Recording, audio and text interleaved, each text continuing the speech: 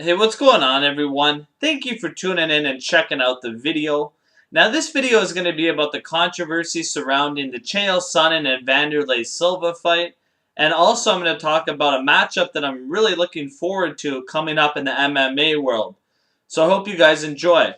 So let's get right into it. So basically, the big news this week in the MMA world is that Vanderlei Silva is removed from UFC 175 after he failed to apply for a license and submit himself for a random drug test.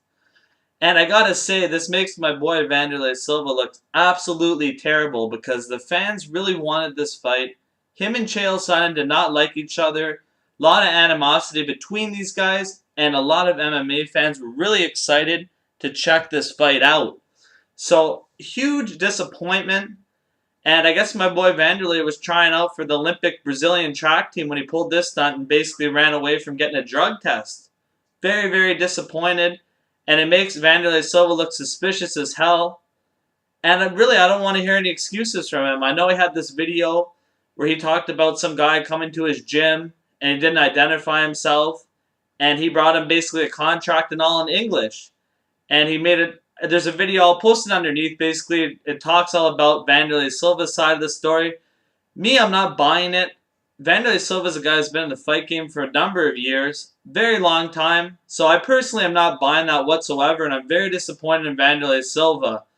Unfortunately for Chael Sonnen, though, now he has to fight Vitor Belfort, and in my opinion, that's a horrible stylistical matchup for Chael Sonnen.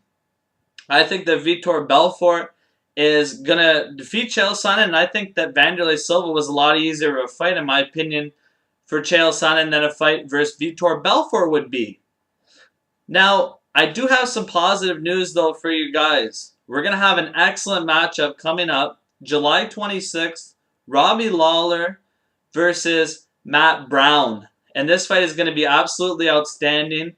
These two guys have really been on a tear in the 170-pound division, and this is one of my most anticipated fights of the year, along with Anthony Pettis and Gilbert Melendez. Now, both of these guys are going to be coming into this fight on a big tear. You have Matt Brown coming off a big victory against Eric Silva. He's also defeated Jordan Meehan, Mike Pyle, Mike Swick. These are just some guys he's recently defeated in the last few of his fights. On the other hand, you have Robbie Lawler, since coming back to the UFC, has been outstanding. He's defeated Rory McDonald. His last fight, he defeated Jake Ellenberger, stopped him. He also defeated Josh Koscheck. And he gave Johnny Hendricks a ton of problems.